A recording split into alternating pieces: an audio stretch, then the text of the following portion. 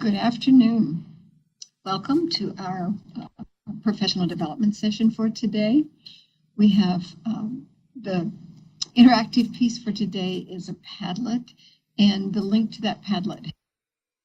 And these are the first two questions on there. What's the purpose of assessment, and what are your assessment preferences? And we will come back to that shortly. So today's session is thinking about effective assessment and how that effective assessment guides our student learning. We are using the WebEx tools that are available to us through Canvas, and there are three formats within the WebEx tool.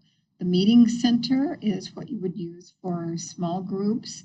That is that one, or the training center are some that I use when I'm doing a synchronous session with my classes. But what this particular one is set up with as the event center with large groups.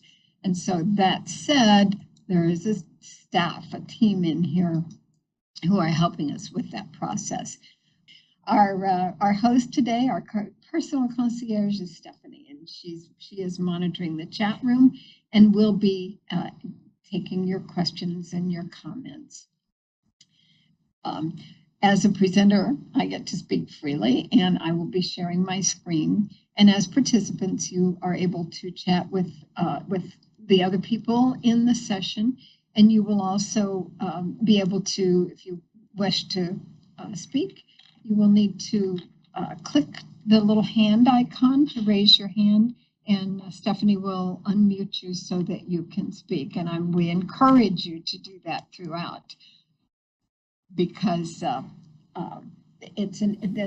all of our sessions are interactive, and we want to be able to get everybody's viewpoints, everybody's perspective.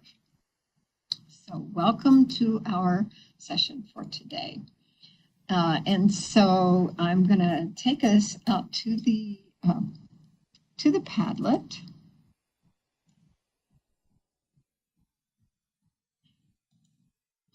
And Lisa has responded, and I'm going to give everyone else a chance to respond as well.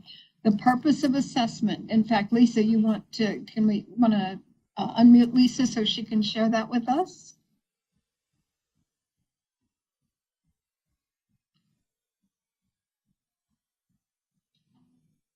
All right, Lisa, tell us what you see as the purpose for assessment. Sure. Can you hear me okay? Yep. Let me get my volume up a little bit so I can. Excellent. So I think, assessment for many of us who are teaching, whether it's traditionally face-to-face or online, I think assessment can be very intimidating. Yeah. We want it to be purposeful, and we want the students to achieve. And sometimes we don't know how to connect the two, I think.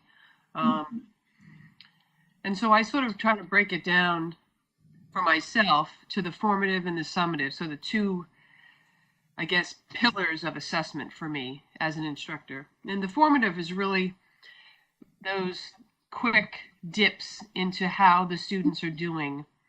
And I use that information for myself as the instructor so that I can see where they're at and then adjust my instruction. So, for example, if I'm giving a real quick assessment, I don't know, on the types of cats there are in the world or in the East Coast, and I see that, my students really missed a big chunk of that information, I know as the instructor that that's something that I need to focus on for the remainder of the time. And also I can provide feedback for the students. So the feedback can inform what I do as a teacher, and then use that feedback and help the students out a little bit.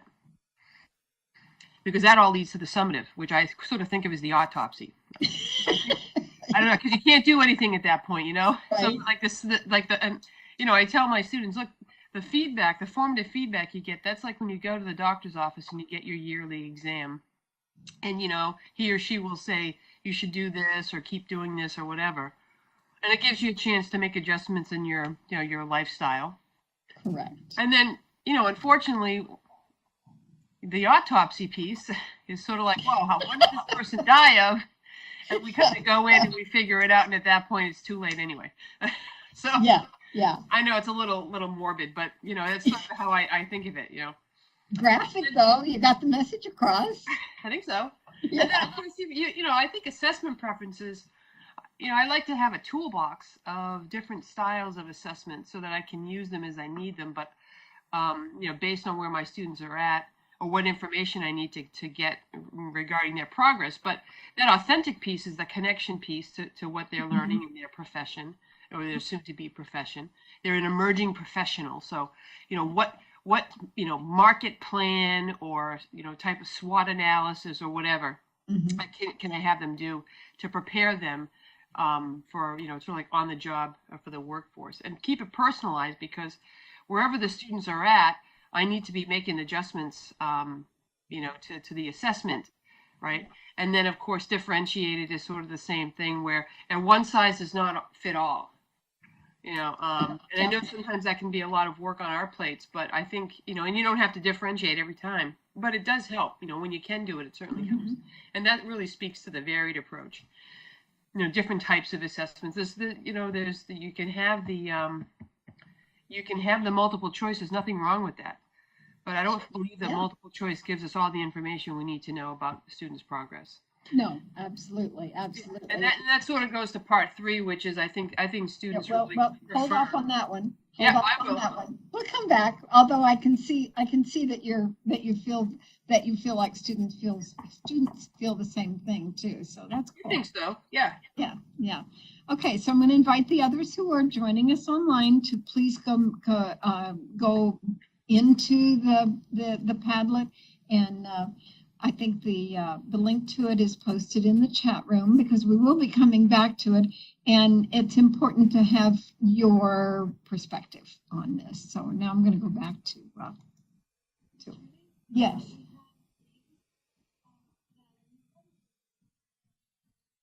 And okay, and so I didn't need to go back to that, right? I'll go back to the Padlet. And who do we have in Davie today? Can you hear us? Yes. Awesome. We have a lot of participants here in Davie. Good. Introduce ourselves or where you guys from? Sure, that would be great. Okay, so there's quite a few of us. I'm Stephanie Castro from the College of Business. Okay.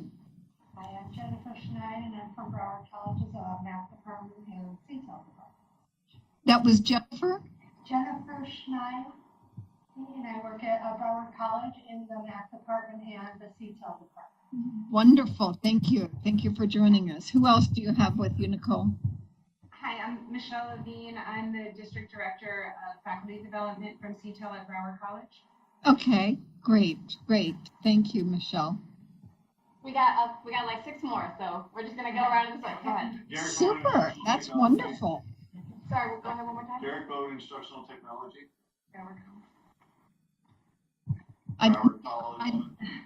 Okay. Hi, Wendy Morella, Instructional. Oh wait, no, Faculty Development, Broward College. Sorry. I'm Dominica Derivium, and I'm Senior Instructional Designer at Broward College. Hello, my name is Judy. I am Training Coordinator of Learning Technology at Broward College. Wonderful. Heidi Keller, Senior Instructional Designer at Broward College. Excellent. This is Ed Schwern. I'm I'm from FAU. That might surprise you. yeah. Political science professor. Excellent. Yeah, Ed joins us almost every time, and so I'm glad you are still there, Ed. Thank you, and welcome to all of you. I love the fact that we have such a nice group from Broward College. Please feel free to join in both the conversation as well as the items on the in the Padlet. So I'm going to go back in, but please go ahead and post your comments in on the Padlet, because that's we don't all have a computer, so if we can maybe just ask one of the questions and answer it out loud. Sure, of course. Or you can let them post it in on theirs, whatever works easiest for you. That's absolutely fine. And thank you all for joining us today. So that was our initial, okay, and I jumped right out of it because we got through the introductions, but I know that Stephanie said that some of you had some comments to make. So the purpose of assessment, anybody want to add to that? The floor, anyone? I think Lisa covered it pretty well. The evaluation of student learning is, to me, the most important. Yes, and you're right, Lisa did cover that. Anybody else? Well, I have something to add, not Sure. just being instructor-centered, but also kind of buzzword for it is metacognitive, that, the student themselves can understand where they're at, and then all together you can move your direction. Absolutely. And anybody else? Because I have a guest in here with me too, so if you'd like to go ahead, you have a mic on, I believe. Go ahead and introduce yourself, and if you want to add to the conversation, that's fine.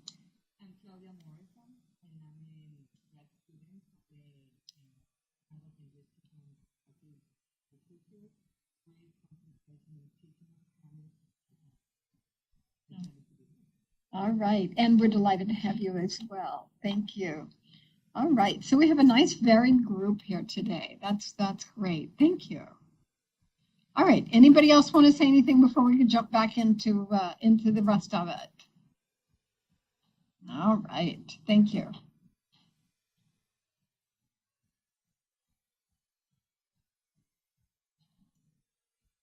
And here comes Claudia's friend with her.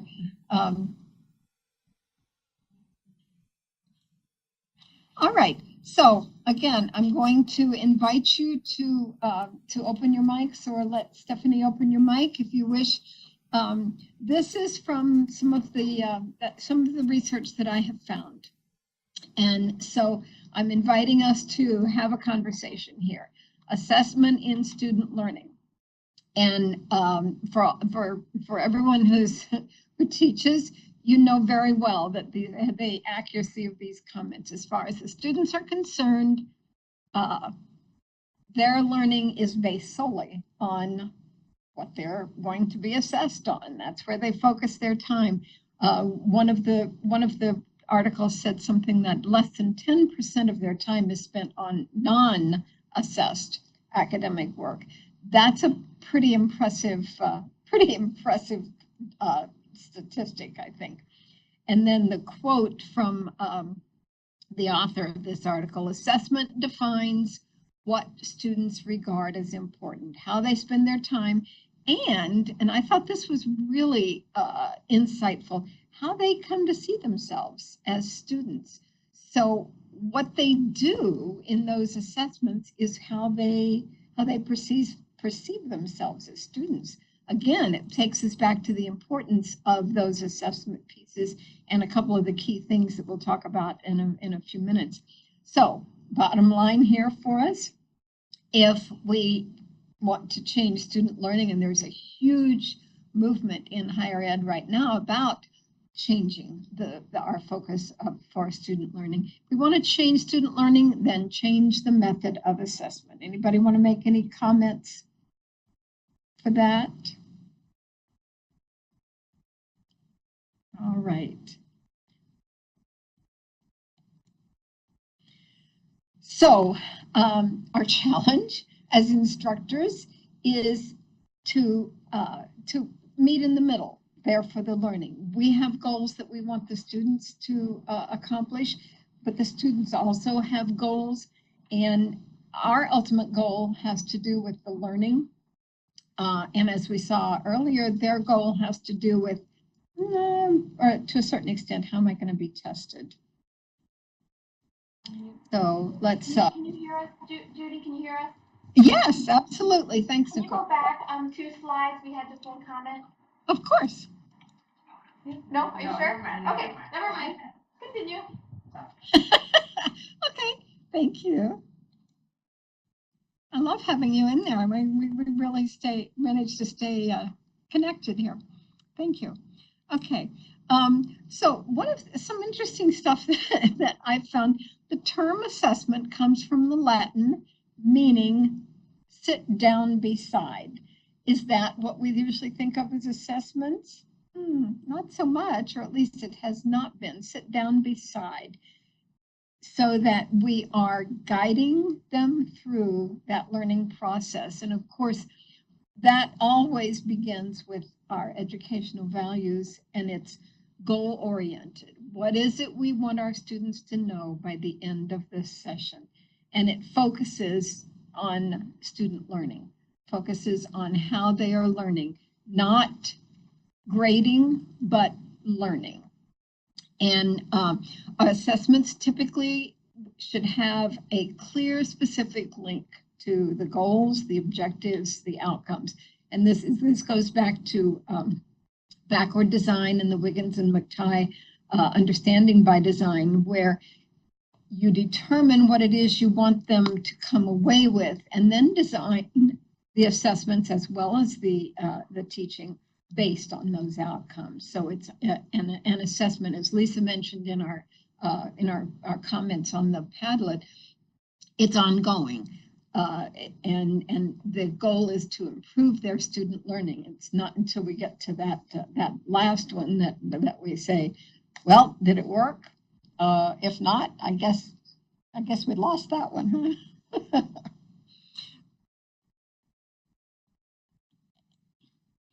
So I'm going to move us into the first one of the infographics that I have. But before I do that, if you've got a pencil and paper, or if not, just make a note in your head of 2 things that you want to remember, you want to take away from this conversation. So while you're jotting those things down, I will move us over to an infographic.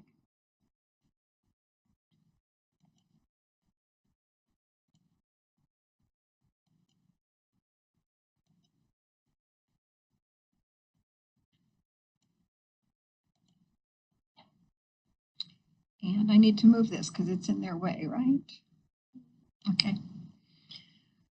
So one of the things that I found that was really, really interesting and insightful is that there's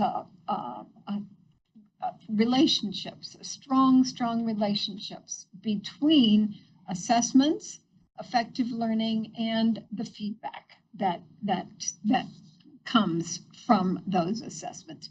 So when we're talking about the assessments, we're looking at the evidence that we want our students to produce to show us that they have actually learned something, and what they need to do to get to it. The feedback provides them with qualitative information about their performance so that they know where to take what they have done and how to move forward with it. And all of these work together to provide that effective learning, so which prepares students for what we want them to do when they leave us. So it truly is a very tightly linked Venn diagram in there, that all of these things are important piece, just as important in order to accomplish that learning. So while I'm moving back, anybody want to make a comment on that? You're welcome to. And this is some of the information that Lisa was giving us in hers, the differences in the two. Yes. Okay. Yes. My question is, when you're talking about feedback, you're also talking about corrective feedback, right? Yeah, we're going to talk a good bit more about feedback. Indeed, corrective and supportive feedback. So in a sense, for example, in language, specifically in language, this corrective feedback can be divided into three levels, right? Go ahead. Okay. one level is, for example, if you see that they have made a mistake in whatever you're teaching them, Sure. is to give them a hint. Okay. The second one is, for example, telling them the answer, right? Right. And the third one is half and half, like, or asking them a question. And in a You're very negative way. close. What? Yeah. Yeah. So the question is this is also an assessment? This is called as an assessment, or this is?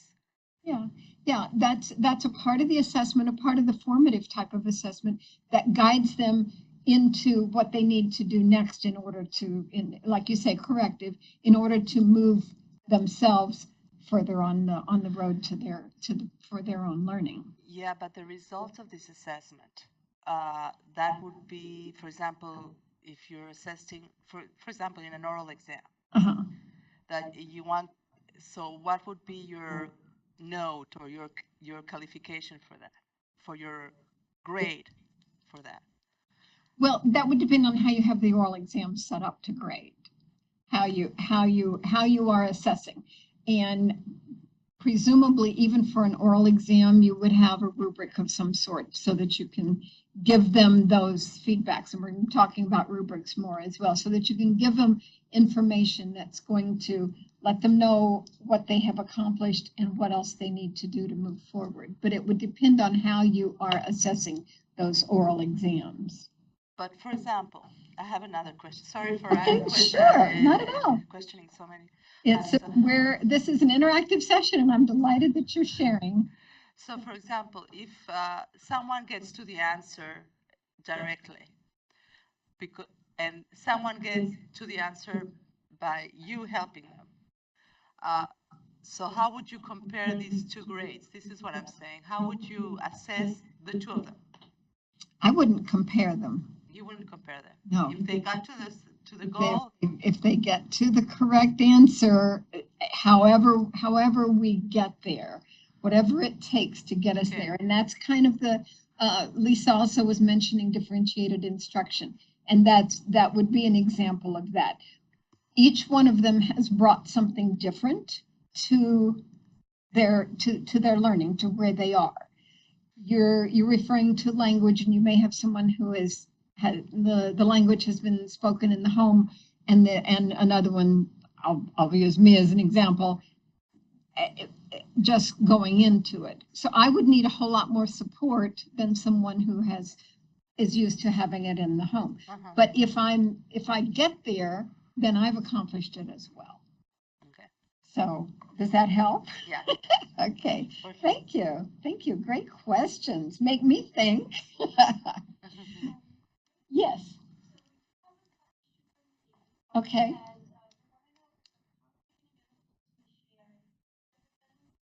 Yes, I will be absolutely glad to send it out. At some point later on this afternoon, we send out the reference list and anything else. So we will definitely share the PowerPoint. I will also share the link to the Padlet, because you're welcome to go in and keep adding comments to the Padlet. But thank you, and help me remember to do that, please. I love having someone here to keep me on track, keep me where I'm going. Yeah, thank you. Yes. Okay, thank you. I was hoping you'd add to my comments, Lisa. Oh, can you hear me?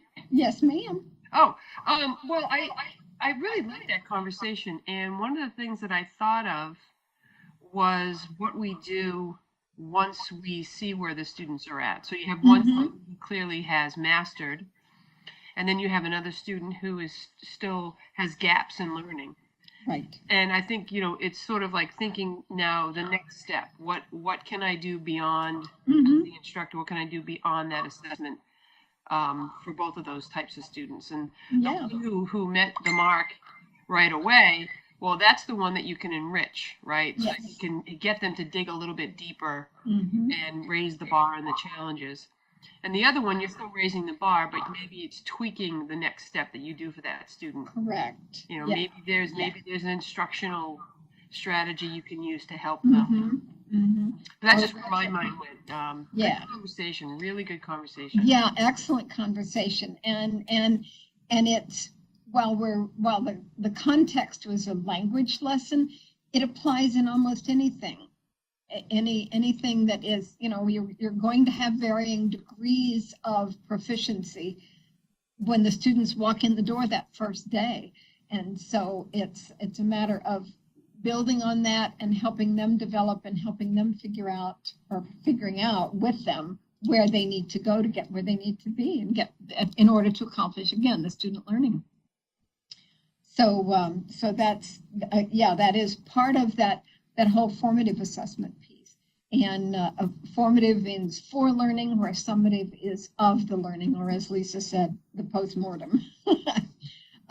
Formative assessment is generally informal in context, and it provides evidence for both the teacher and the students, because you're guiding the students to a better understanding of where they are and what they need to do to get where they need to go. But that's what's really, really key in this, because it allows the learners to take charge of their own learning. And, you know, in spite of the cartoons that we see about pouring that knowledge into their heads, we can't do that. It has to be them deciding that this is something that they're going to learn, that it's important to them. And so it also enhances the student learning. And that's what Lisa was referring to, talking about at whichever level they are, you're going to provide them with something to further their learning. If they're the ones that knew that right off the bat, then you're going to also provide enrichment, things that are going to enhance it for them. And the summative learning, and there's assessments, there's a place for that as well. That's a learning tool for them, but it's also a learning tool for the instructors. How well do they do that? Do I need to go back and redo? But it's also the evaluation of the proficiency, what they need to do to get where they need to go.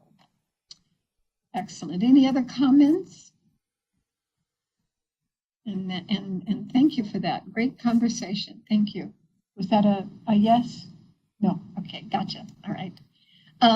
So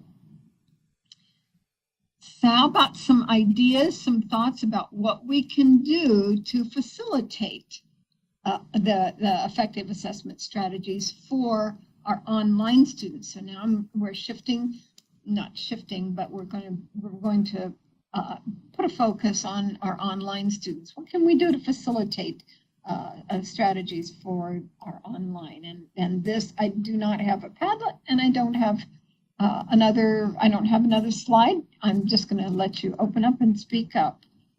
How do we help our online students? You know, teaching online, I think the most important thing is communication. Yeah. Just, you know, very early on, opening up that line of communication and keeping it open, and constant feedback, whether it's through email or, you know, just making sure you give meaningful feedback on assignments. And yes, you know, I just can't stress the communication piece enough, you know, in an online class. Yeah, absolutely. Thank you. Anybody else? Clarity of instructions and outlining what the objectives are very specifically. Yes. Yeah. Clarity. Go ahead. Did you want to add in? I think that it's important I think it is important to keep them engaged and interested, especially with each other. Yes. Yeah, and that is a key point. Also, for example, I can give you an example from my Hebrew class. Yes. Right. Once I bring, for example, card games to my Hebrew class. Nice. So in order to use some kind of grammatical, linguistic phrase or term that they need to do in order to get someone else's card. Oh, okay. So it's mainly is to say, do you have, or I have, and I have it, right? Do you have this? No, I don't have it. You can have, or I do have it. You can have it, right? So they told me, the students, from the students, for example, perspective, is that they thought that they learned much more in this kind of card games than in anything, in any other assignment I would give them with that verb. Absolutely. Yeah. So how the question is maybe to make some kind of a game that would interest you know, the students online, like a card game that would interest them in order for them to be engaged. And there are tools that we can use to do that. Excellent. And I have us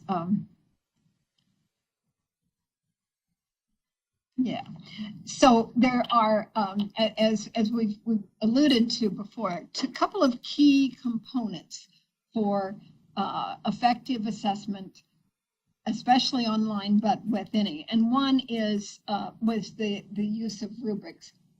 One of the articles I found said that rubrics are one of the best tools for improving student learning. Now, how many of us think of a rubric as improving student learning? And yet, that's exactly what it is, because it's gives specific examples of the expectation for the various components in the performance. So there's specific examples, and it's with levels of performance. And rubrics are particularly helpful when there's not a single correct answer. If we can take if there's different ways of approaching it, then a rubric is a great way of offering the feedback, the expectation, and having them have clear, specific understanding of the expectations and the levels of the performance. And that's from a really interesting article that goes into a whole lot more depth on rubrics than I was doing right now. The other key component is feedback, and that feedback is really we've mentioned, that's been mentioned several times, that the feedback is more than just a post-mortem, post-commentary, but it can serve in multiple purposes. And especially in online, it needs to be consistent, immediate, ongoing, incremental, and formative, giving them almost instant feedback, which we can really do with online now. Feedback should also be targeted. It should be communicated directly to the learner, but it could also be to a group as well. But communicated directly based on the content, and that it's has to do with the task that we've asked them to perform. And so, as we said, the nature of the feedback needs to be corrective, giving them guidance for where they need to go, but it also needs to be concrete and specific. And did Lori have a comment about the rubrics?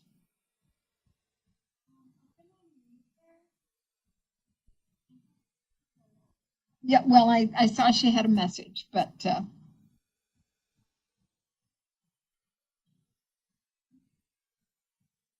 she had something come in the chat. So okay, that's fine. Lori, let us know when you want to speak up. So, in my mind, based on Judy, we have a quick question. Okay, sure. Go ahead. So I have a question. I'm just kind of curious with how the group feels about this. So if we're giving assignments and they're getting corrected feedback and then maybe allowing for resubmit, that type of thing, how does everybody feel? Because I kind of have mixed feelings on this, and I kind of lean one way, but how does everybody feel about the whole grading situation when it comes to that? Because if you're allowing them to resubmit and until it's basically the way you want, are they still getting an A on that, even though originally it was a C or worse, maybe? How many resubmits can they do? I mean, Right. my personal feeling is I'm just trying to teach them. So whatever it takes to teach them, and grades to me are just not that important. But I'm just curious how everybody feels about that. Well, Okay, mine might let's. be a little different, but in a math class, I had to correct maybe certain problems that everybody got wrong, or the whole thing, but like, I can't like how much they can get back. Okay. So they can't just go from like 60% to 100 suddenly because they corrected the work. So I say, up to a certain amount of points so that Right. it increases a little bit, but if you call anything extra credit, they'll do it. Yeah, and of course I see that, but like in some of my courses, I teach computer programming, and some of them I've completely done away with testing, and I'm just doing project-based courses. Yeah. And so obviously I want their project to look a certain way when they're done, and maybe they're doing labs or something else hands-on, but most of my assessment is very hands-on. So with the test, yes, I can see that, but what about with assignments? Yeah, so what I think is with like scaffolding, if they can, so if they don't do well maybe on the first part, the second part, the third part, but then they get it, they pull it all together in the end. So maybe they get a grade for that first assignment they do, and maybe add some corrective feedback that they can correct in their final. So they still get whatever grade they earned in that first one, but then they get the opportunity, maybe it's low stakes. Yeah. And then in the final project would be a high stakes final project where they have made all the corrections. Yeah. So maybe that way.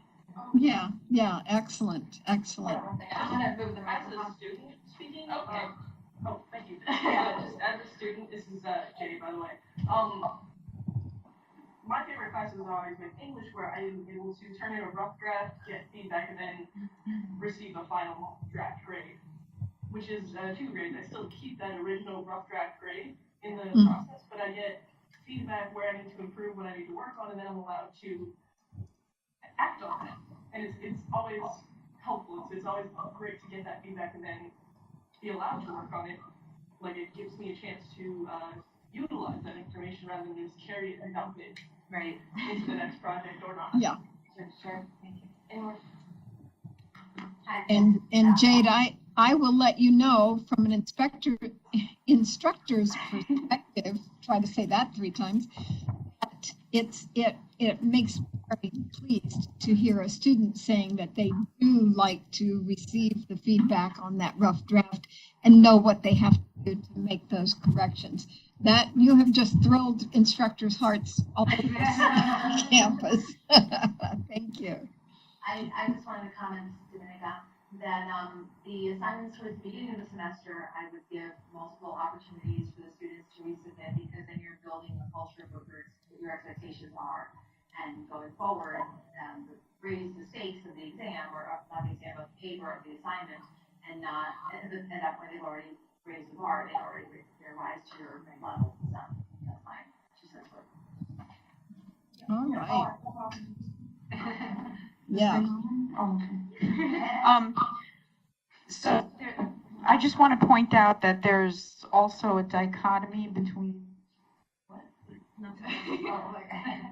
there's a dichotomy between content that had to be learned at that time versus content that needs to be cumulatively learned, and that there should be different approaches for that. I mean, the content that needs to be learned at the time, you have to make sure that you wrap that up and that's said and done. Whereas if it's something ongoing, there could even be additional rubrics involved, like a critical thinking rubric. We implement those at Broward College as well, where you're kind of keeping track of different levels of what should be learned and assessed. Yeah, and that's where someone had mentioned the scaffolding. Orna has a comment too.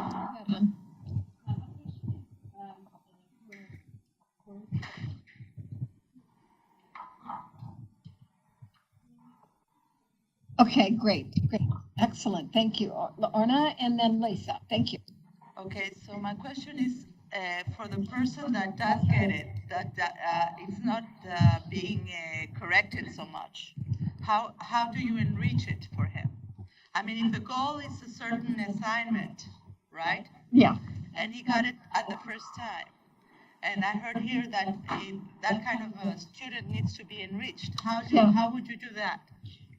It would depend on your approach to the content, how you are able to, and not having taught language classes, I can't specifically say. There might be someone in Davie that is can give us some insight on that too. But I have a feeling that there are more in-depth types of conversations or types of language that you could offer them as a supplement. But I'm talking about, for example, the composition part, okay, or which has to do with, even English lit, right, things like that.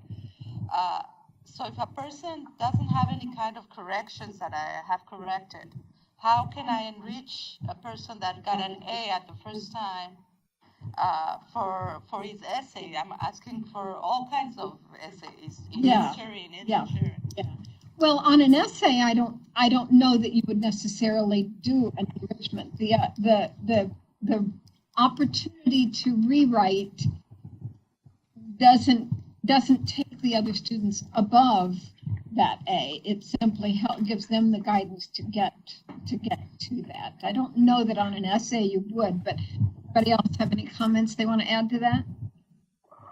I think sometimes, can you hear me? Oh, good call. No, thank you.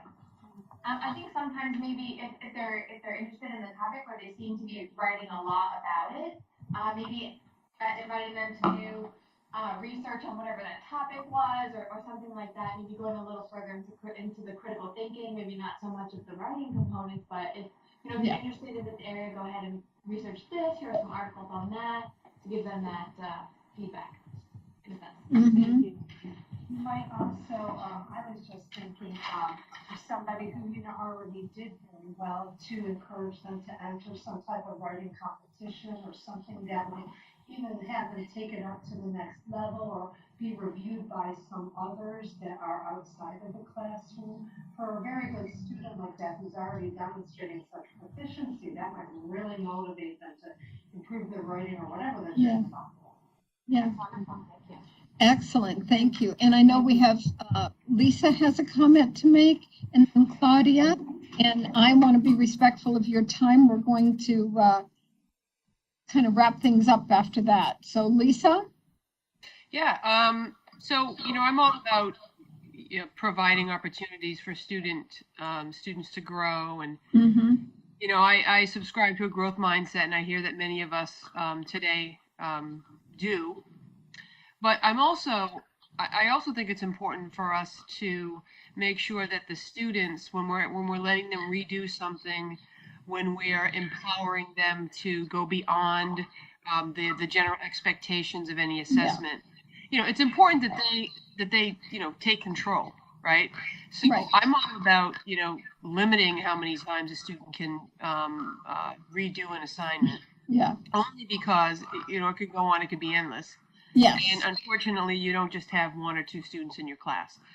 But I have a template that I've used with students that allows them to put a plan in place when they don't do well initially on a summative. And they have to literally, it just takes a few moments for them, but they write out exactly what they're going to do and when they're going to resubmit. And then they have to submit that to me, and that's when I know that they're going to redo it. Again, putting it all back in their hands because it is their responsibility after all. Yeah, definitely. Yeah, thank you. I am going to jump ahead to a couple of things because I do want to mention my other question on the Padlet had to do with student preferences, and I wanted to share some things with you that I found when Lisa's comments on the Padlet were that she felt that the student preferences were essentially the same as hers. And so I'm going to share the other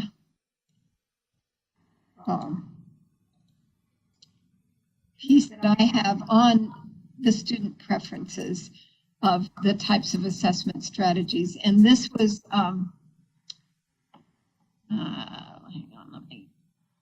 this was done this was simply a survey, not an in-depth study, but a survey of some courses that actually were in ed leadership. And based on the types of things that the students wanted, let me go back to see where to tell you that what their score was on the 3 criteria. And the students were surveyed based on their enjoyment, their engagement with the material, and the transferability of the knowledge gained to their practice. So now I'll go back to where I have put that on a infographic for you. So the student preferences, now the lowest, the ones that came at the bottom in the student preferences were quizzes. They felt that they were the lowest rank on the list, and very few students felt that that information would transfer to other environments. Traditional written papers, between 2 and 8 pages long, scored a little bit higher than quizzes, but still were next to the bottom. And then, and this is not a surprise, group projects also rank low on the list because students had see them as having to create additional work to coordinate with others, and the constant question about the free rider piece. Then the ones that came up next on that were audio recordings, came into the middle category, and where the students created recordings of themselves explaining course concepts and how, a way of sharing information that they had picked up. They were fairly positive where it came to the open discussions, and they put value on those discussions, but they also commented that it was important to have them structured in a way that it really generated good positive information. And paired discussion, so where you have them in small groups and have them discussing something within that small group, was also something that they felt like was highly effective, more effective. And then the highest were field experiences. Actually, response to video was the highest one. And that makes sense because not only are they interacting with something, often the reference was to like TED Talks and things, so that they're watching something and then they are responding to it in a specific way with a written analysis. So it combined how they were learning. But they also, which I thought was interesting, hadn't thought about it, I felt that a summary, or it could even be a Twitter type of a summary, where they were restricted to a specific length as a response to things, to summarize the chapters or being able to synthesize down into 1 or 2 key items. Their field experiences, now this was again was in ed leadership, so field experiences they ranked pretty high. And even though these are common in education classes, it could also be incorporated into other classes as well. Interviews with local administrators, where they actually talked to someone who was in the field and doing it, and work samples of where they would have to create documents that would be similar to what they would be creating when they actually get into the job, and screencasts, where they are recording themselves as they are sharing and presenting something. So that would be the screencast-o-matic type of thing with the information on the screen and their small piece of it. Okay, Claudia, can we share? Okay. So what I was saying is that let me turn mine down here so we're not echoing. Okay. Okay. That regarding the assessment in languages, as Orna was mentioning before, I think there are a couple of things that are important to keep in mind. And one is, for the level that we teach here, the levels of languages for most of the population of students, they're very basic or intermediate. Okay. So I think if you get a student who like aces everything right away, is most likely placed in the wrong level. Right. That makes because sense. they're by level. So you should have a Yeah. very cohesive or homogeneous group of students. The other thing that I think is challenging regarding the assessment is we have a hybrid program, which is great. Yes, I love But it. it is frustrating because if you do like several students you get every beginning of the course, where in the first week they have completed all their assignments for this semester, and with 90s, 95, 98, where you know that they come to class and you know that for sure it's not work that they did. So it's kind of difficult. Yes, that does create its own unique set of problems, and that would be definitely a departmental concern issue. And I appreciate that. Let me do a wrap up, and then anybody who would like to stay on, because I'm watching the time and I don't want to push you. So let me just give you my slide for coming attractions. Next week we have an absolutely delightful presentation coming from our amazing resources at the FAU Library. The following week we're going to be taking a look at how we develop a course with using the ideas, the concepts of alignment with where the objectives and the, again, a lot of the similarity in all of the things that we interact with. When we have our assessments and our activities aligned with our objectives, then that gives us the evidence that students are indeed learning. And then on the 9th of July, group work that works. So if you need to leave, I'm going to thank you very much for joining us. If you would like to stay and continue a conversation, that's absolutely wonderful. I know we had some people in Davie that wanted to speak up, that they're still available and want to. That would be lovely.